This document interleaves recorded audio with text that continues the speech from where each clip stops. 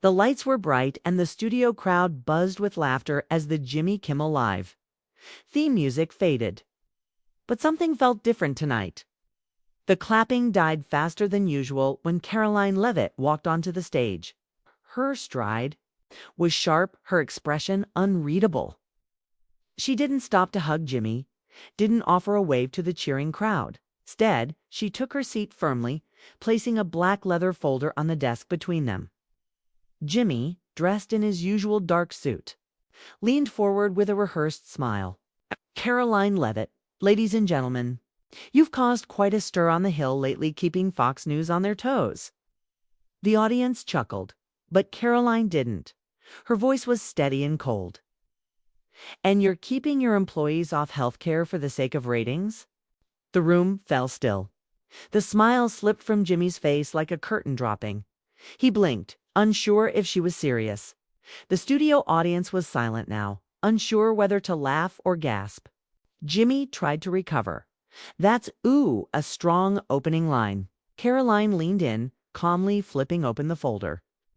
You joke a lot, Jimmy, but this isn't a sketch. These are internal documents from your own production company. Names, pay stubs, contractor statuses, 23 misclassified employees. That's 23 people who couldn't access basic benefits. While you stand on stage every night mocking the system. A quiet rustle passed through the audience. Jimmy reached for the folder, but Karoline pulled back. Not yet, she said. There's more. From her blazer, she pulled out her phone, tapped the screen, and held it up to her lapel mic. The speakers in the studio crackled to life. Jimmy's voice filled the air, not charming, not funny, angry. Get rid of those OSHA complaints now. We're not letting this tank the Disney deal. Just bury it. The control room exploded in activity. Red lights flashed. A producer stepped out of view of the cameras, waving frantically toward the stage. Jimmy's eyes went wide. You can't play that here too late, Karoline said. Meanwhile, CNN's fact-checking team, tipped off earlier, confirmed the voice authenticity live on their news crawl. Screens lit up backstage. Staffers shouted. Legal advisors on ABC's side scrambled to prepare statements. Jimmy sat back, stunned. That's not the whole story. That's out of context. Karoline looked at him for the first time fully. Context, she said. Here's context. She reached into the folder again and laid out payroll forms signed by Kimmel, showing union-busting tactics. Missed benefit payments and internal notes using terms like keep them quiet until. Q3 whispers turned into murmurs. The crowd shifted. Few boos were heard. The audience had come for comedy. They were getting corruption. Karoline wasn't done. She calmly looked into the camera. This man jokes about injustice while profiting from the very systems he claims to criticize. You laugh because you think it's entertainment. But behind the laughter, there's exploitation. Jimmy looked pale. His smile was gone. He tried to speak, but Karoline beat him to it. Before you say I'm grandstanding, no, that's 17. Of your former staffers filed complaints last year. You paid to have them dismissed. I have their signed NDAs in here too. The crowd gasped. Karoline stood up, holding out the folder to the camera. I'll be releasing these documents online tonight. Full transparency. Let the people decide what's funny now. She turned and walked off the stage. Jimmy sat frozen. A dozen voices called out behind-the-scenes lawyers, producers, even security. But none louder than the sound of silence in the studio. Backstage, FCC lawyers were already on the phone. On screen, #KimmelExposed began trending. And in every newsroom from New York to Brussels, something had changed. This wasn't a scandal. It was the start of something bigger. Karoline exited. The studio through the side hallway, her phone buzzing nonstop. Dozens of calls, journalists, lawyers, activists. She ignored them all. A black SUV was waiting for her outside the back lot, engine running. She slid in without speaking. The driver didn't ask questions, just handed her a manila envelope and drove. Inside the envelope was a single flash drive. The label read, Wildfire 8 Encrypted Log. She had received the tip 2 days before the interview. An anonymous email with no subject line. Just a sentence. Kimmel is only the curtain. Wildfire 8 is the fire. Back in her hotel room that night, Karoline plugged the drive into a private laptop. The files were audio logs and PDFs. Most were encrypted, but a few opened easily. They showed internal communications between media executives, White House aides, and a private contractor called Shalecore. The content was disturbing. One thread stood out. It described a plan called Public Temperance Initiative. It wasn't a law or regulation. It was a communications strategy designed to quietly manage public outrage by using celebrity scandals. Late-night satire and controlled leaks. Kimmel's name appeared 4 times. So did other famous hosts, political consultants, and even a few social media influencers. They weren't just entertainers. According to the documents, they were predictable distraction assets. Karoline leaned back, her pulse climbing. Clicked on one last file. A heavily redacted transcript. It featured a meeting between members of Shalecore and a classified unit from the Department of Energy, of all places. The name Wildfire 8 came up again. Beside it, a phrase circled in red. Phase 2, Incident Engineering. Her phone lit up again. A new message. Private number. You did well, but now they're watching. Don't go back to the hotel. She stood immediately. The SUV was long gone. She packed only what she could carry in seconds and left by the fire escape. Across the city, Jimmy Kimmel was still on. Set. The show's producers had shut down the live feed minutes after she walked off, but not before the internet had torn apart the moment. Her leak had gone global. Independent journalists were already verifying the payroll forms. The voicemail had been confirmed by 2 forensic labs. At ABC headquarters, a closed-door meeting was underway. Kimmel wasn't speaking. He just sat at the edge of the long conference table, hands folded, eyes burning with something between fear and fury. One of the legal advisors said the FCC had already drafted an inquiry. Another warned that Levitt's documents could spark a congressional investigation into media practices. That wasn't the real issue. The real issue was what Karoline hadn't yet revealed. We need to know what else she has, one executive whispered, because if Wildfire's on that drive, he didn't finish the sentence.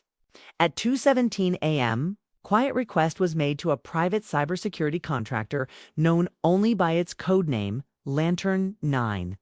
Their job wasn't to hack. 2. Erase digitally and physically.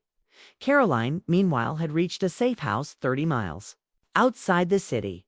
It was owned by an old contact, someone she trusted.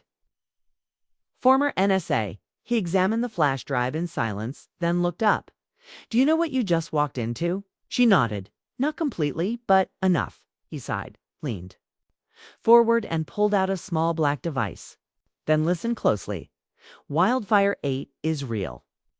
But it's not just a media scandal. It's national security, psychological operations, behavioral testing, stuff no one was supposed to see until 2030. Karoline's throat tightened. And Kimmel. Just the first spark. There was a pause. Then the power went out. The room went dark except for the flashing red light on the drive. Something had found them. The red light blinked faster. Karoline froze. Her contact, the former NSA analyst known only as Donovan, didn't move. He waited, counting the interval of each blink with his eyes. 7 pulses, he whispered. They're scanning. He yanked the flash drive from the laptop and slammed a steel case shut over it. We have less than 3 minutes before they triangulate the signal. Karoline grabbed her coat. Who are they? Donovan gave her a grim look. Not federal. Not anymore. Lantern 9 privatized itself in 2019. They answer to the highest bidder now defense. Corporations, even overseas governments. The safe house, hidden deep in the canyons, looked ordinary from the outside. But the second floor was reinforced with lead mesh and pulse dampening tech. It would buy them time, but not much. Downstairs, a motion sensor pinged. Donovan pulled up surveillance. 2 unmarked SUVs had stopped at the base of the road. Men, in plain tactical gear, stepped out, no visible weapons, no badges. Karoline turned from the screen. "They're not here for the documents. They're here for me." Donovan nodded. "That's why I called someone." Outside, headlights flickered once in a coded pattern. A third vehicle, military gray, older government issue. A man stepped out in full suit, no tie. His posture was different, not like an agent, more like a diplomat or a spy. Karoline squinted through the window. "Who is that?" Donovan cracked the door open. "His name's Holtz. National Intelligence Council. If he's here, it means this just hit the classified ceiling." Holtz entered quickly, nodding at Karoline. "Miss Levitt, what you exposed on Kimmel's show, that wasn't just scandal. It activated an old surveillance loop tied to an internal counter-disinformation program, Wildfire. 8. We thought it was dismantled after 2011. We were wrong." Karoline stared at him. "What exactly is Wildfire 8? Holtz glanced at Donovan before answering. "It's a layered psychological operation developed during the War on Terror. The idea was to test how quickly a democracy could turn against itself under emotional overload, outrage, division, shame. Celebrity scandals were the tools. Manufactured friction. Data-fed triggers." Donovan added, "They weren't just controlling narrative. They were conditioning responses." Using entertainment as anesthesia, Karoline felt a chill. "Why? Bring me into this. You weren't supposed to be part of it," Holtz said. "But your appearance on that stage. The phrases you used, the leak, those matched several dormant triggers buried in the system. You didn't just expose Kimmel. You woke up the whole program." Just then, a sharp bang rang out from the rear door. Donovan checked the camera. "They're breaching. Time's up." Holtz handed Karoline a small encrypted drive and a card. "This holds phase 2. It shows how they're shifting the op beyond America testing in Europe next. If you get this to the right reporter, they can't silence you." "Not all at once. Where do I go?" Karoline asked. He opened the exit hatch behind the bookshelf. "Geneva. Find a woman named Sierra Montaigne at the UN Press Directorate. All right. She's already been flagged once for digging too close. She know what to do." Karoline stepped through the hatch as gunshots cracked the night. Donovan stayed behind. He closed the door after her and turned toward the entry, setting a small switch by the stairwell. Holtz joined him. "Grim, you sure about this?" Donovan nodded. "They want a show. Give them noise." As Karoline drove into the night, the safe house behind her exploded in a roar of fire and collapsing stone. No bodies were recovered, but the clip from the Kimmel show had already hit 23 million views and deep in a server in Langley. A keyword tracker had lit up again. Geneva was colder than she remembered.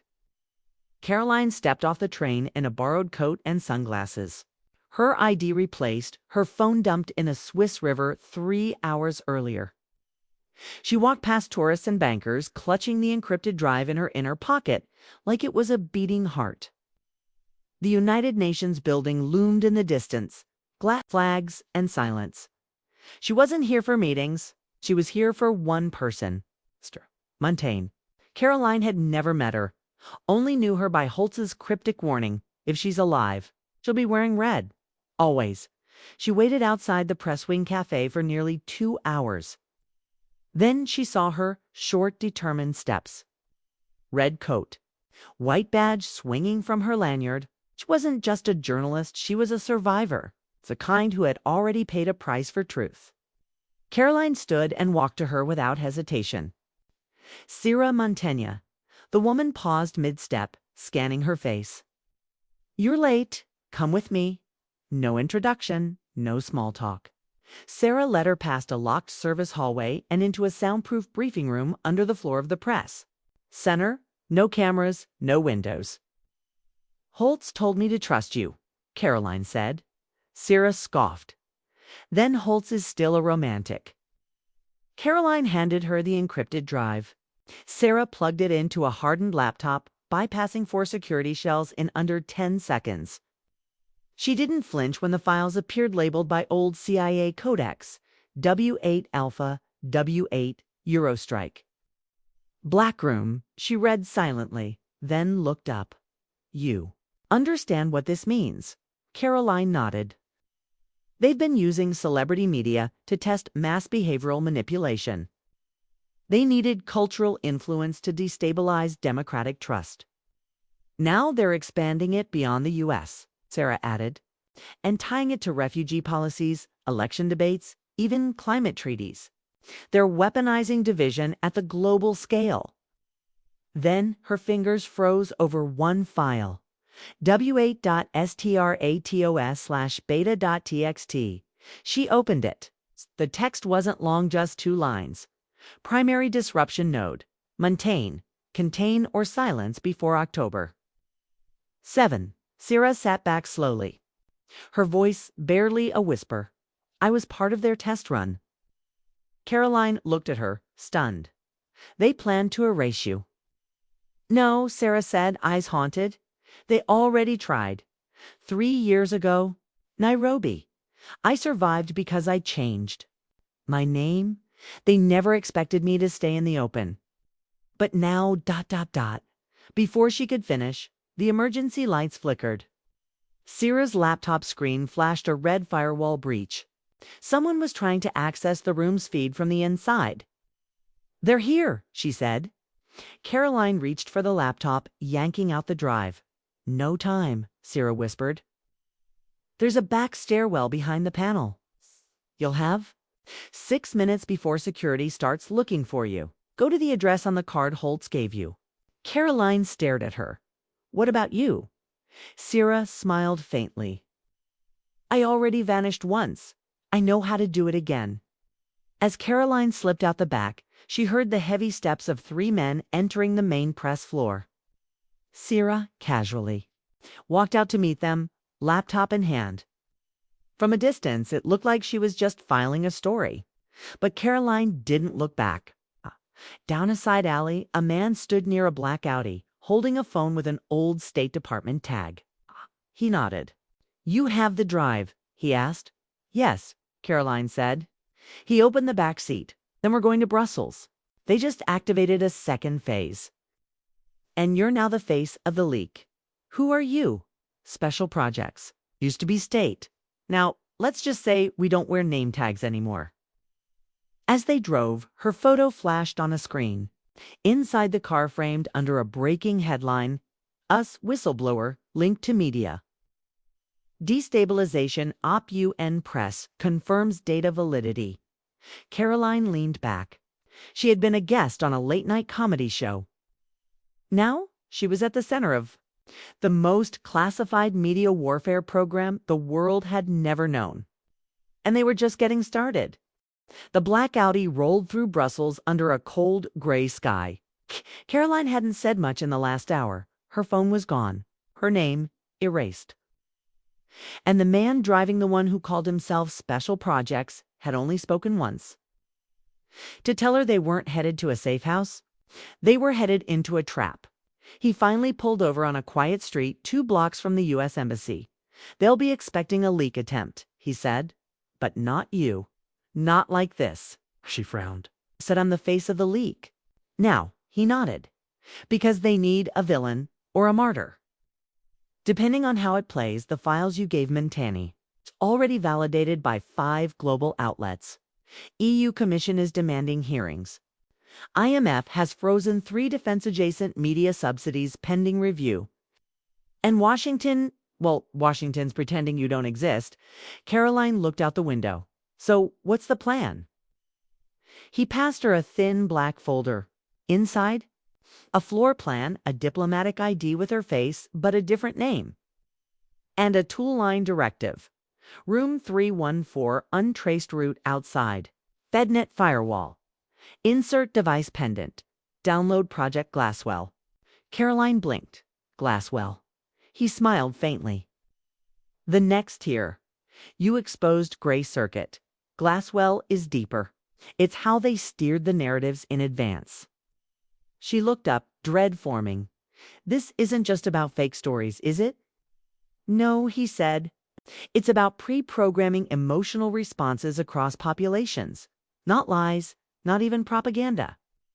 They've moved to engineering emotional triggers in advance before news even breaks. Weaponized empathy, pre-calibrated outrage. You saw? It with Fallon, with Denzel. Even with the UN statements this week. Karoline nodded slowly, remembering the eerie pattern how media moved too fast, almost as if coordinated. They're not reacting, she whispered. They're scripting. Reactions. He turned to her, and Glasswell proves who gave them the tools to do it. She tucked the pendant into her coat. What happens if I succeed? You'll know more than they ever wanted the public to know. And they'll make sure you disappear. Karoline walked alone into the embassy, her ID scanned without question. Room 314 was quiet, unlit. She inserted the pendant into the secure terminal and waited. One file appeared. Project Glasswell, Origin Client, U.S. State Private Sector Q3 Initiative. It wasn't just intelligence. It was a partnership agreement. Corporate signatories, government initials. Even mainstream anchors listed by code. They'd signed off on segment sequencing, on synthetic newsroom scripts to guide public mood. Months in advance, tied to polling cycles, conflict zones, election quarters. Her hands shook as she scrolled. Subnote. The Fallon instance equals case. Comedic relief divergence. Lopez Clarkson equals case. Emotional projection fracture. Denzel mock event equals case. Reverence reconstruction. They weren't accidents. They were trials. Karoline hit export. The pendant glowed briefly. Then the lights cut out. Alarms rang in the hallway. Boots. Radios. Gunmetal shadows moving fast. She pulled the pendant, shoved it in her coat, and kicked out the panel under. The terminal desk. A crawl space. 10 seconds later, the room filled with two men in gray suits. One said, "She was here." The other answered, "Then she's still inside. Lock it down." Karoline crawled, hands bruising, lungs burning, until she emerged into a boiler chamber and slipped out a fire door. She didn't stop running until she hit the other side of Park Leopold. A woman waited there. Red coat, umbrella, Sarah Montagne. "Wasn't sure you'd make it," she said. Karoline held up the pendant. "We have it."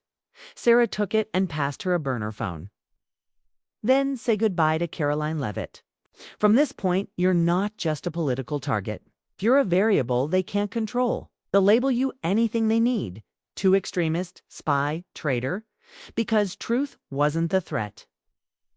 Karoline's voice was steady now. Control was. Sirens rang out in the distance. Helicopters. Sarah pointed to a car idling in the shadow of the train station. "Next stop is Berlin. We leaked this to Die Welt at dawn. Then to Al Jazeera and Al Hurra." Karoline opened the door and got in. World was already moving faster than she could catch. But at least now she was no longer part of their script. The car moved fast through the winding countryside outside Berlin, far from city cameras and digital surveillance corridors. Karoline sat in the back, face partially hidden beneath a hood. The downloaded Glasswell data now uploaded to 3 mirrored servers via the satellite-enabled burner. Mentene was silent beside her, typing coordinates into a secure tablet. 3. Editors are prepped, she finally said. Die Welt, Al Jazeera, and The Intercept. Each one gets a piece encrypted and time-staggered. You're not just leaking a file, you're detonating a doctrine. Karoline exhaled. What's their next move? They'll try to redefine you before the story hits. Fontaine looked. Up, they always do. Discredit the messenger to erase the message. What about retaliation? Sierra nodded grimly. Already happening. 2 whistleblowers tied to Gray Circuit are missing. One died in a domestic accident last night in Brussels. The other hasn't picked up since Zurich. Karoline clenched her jaw. They don't need a court system, just silence. The car pulled into a dense pine forest. A safe house, old NATO bunkers once used during the Cold War. Inside, concrete and steel, cold but secure. Awaiting them was an older man in a tan coat. He stood by a projector already loaded with a decoded frame from the Glasswell files. Karoline Levitt, he said. I'm David Lynn. I helped draft parts of the original Q3 memo before I knew what it would be used for. Karoline eyed him warily. Why come forward now? He turned to the screen.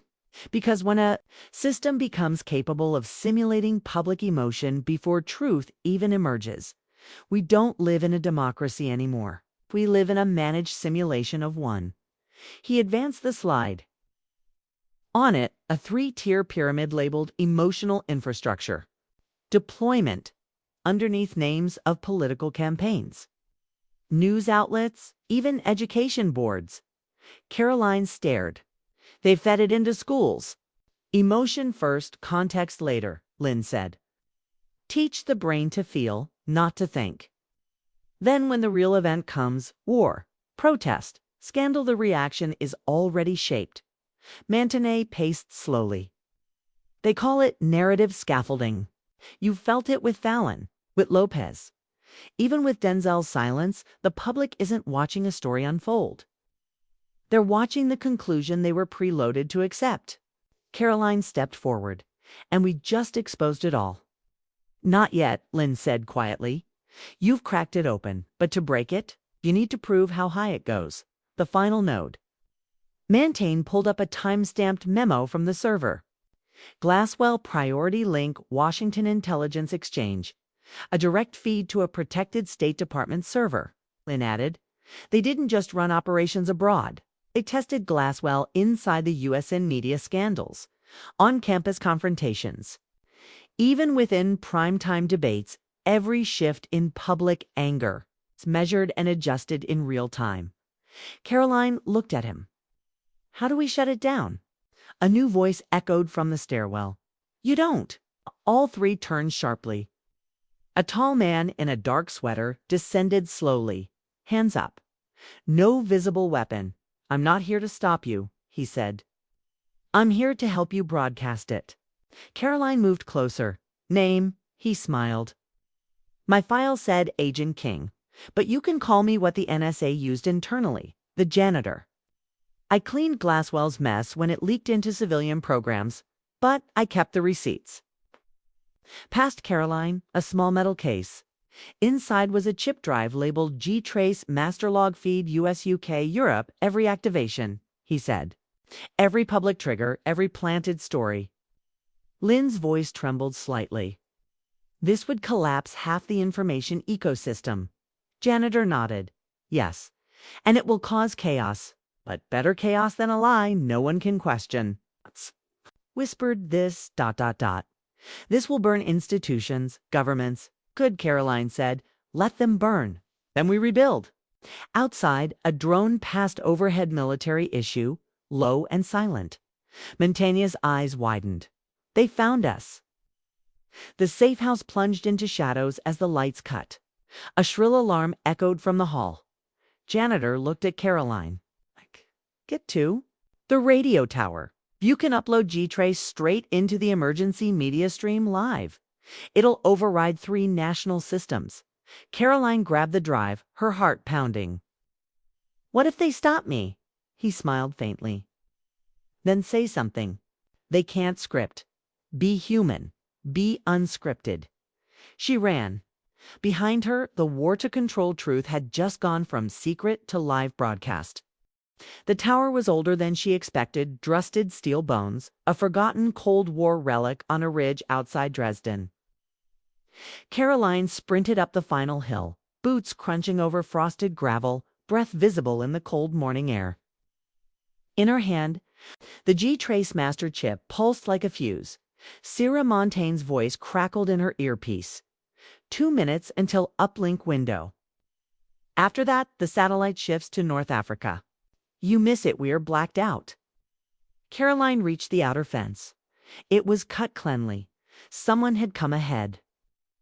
She drew in a sharp breath. Inside the control cabin, the janitor's instructions played on loop in her mind.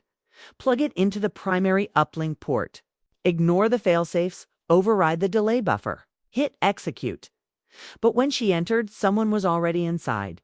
"Hello again," said a voice. Jimmy Kimmel turned from the console. Not the host, not anymore. His jacket bore the insignia of a U.S. Psychological Operations Division. His expression was calm, almost bored. "You really thought this was going to be about you?" he asked. "You're not the first to try, Karoline. You're just the first dumb enough to do it live." Karoline didn't flinch. "You're not surprised? Why would I be?" Kimmel said, circling. "We always knew a leak was coming. K-Trace was never fully secure. Hell, nothing is. It's why we built redundancy."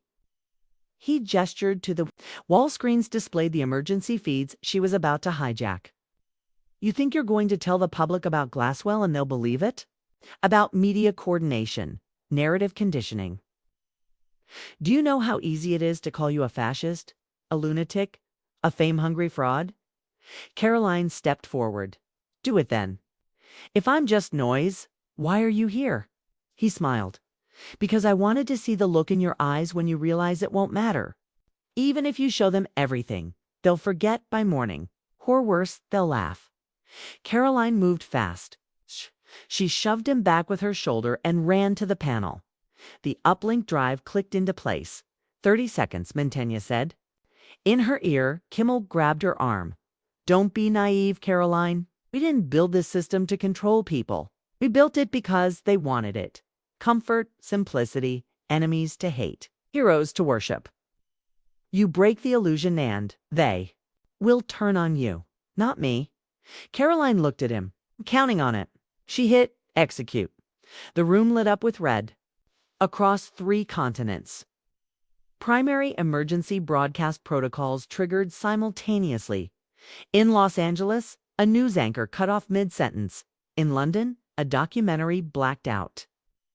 In Abuja, a presidential address was silenced by a blue screen and then a single feed took over Karoline Leavitt's face. Behind her, the data maps, the G-Trace overlays, the memo signatures, government seals, footage of Fallon, of Lopez, of Wahlberg, of Kimmel. And then the voiceover began. "This is not a leak. This is a confession." The data storm began. Millions of viewers worldwide saw the emotional infrastructure maps algorithms that could simulate grief, rage, tribal loyalty. They saw broadcast memos labeled public emotional staging, Tier 4. They saw government grants given to studios, networks, universities, churches, and protest organizations, all to feed predictive emotional scaffolding back into the system. They saw the truth. Kimmel stumbled back, stunned. Karoline turned to him as the signal roared. "People don't want comfort. They want meaning." "You just forgot the difference." The roof exploded. A drone strike hit 20 meters to the north defensive suppression fire. The cabin shook, walls cracking. Kimmel ran, Karoline stayed. She looked into the camera. "There will be attempts to discredit this. I know that. They'll call it fake. A foreign op, a hoax. But before they erase this broadcast, yourself one question. Does the world you live in feel like your choice or theirs?" The screen went black. For 8 minutes, the world held its breath. By midnight, 12 governments had called emergency press briefings. By dawn, 3 networks had issued public apologies. By nightfall, a crowd of 40,000 gathered outside the Capitol holding candles, not flags. Karoline vanished. Some say she crossed into Finland. Others say she's in a bunker with Montaigne, feeding more fragments into the system, one pulse at a time. The institutions tried to spin it, but they were too late. Something had shifted. A war had ended. Another had just begun. And for the first time in decades, truth wasn't scripted, it was live.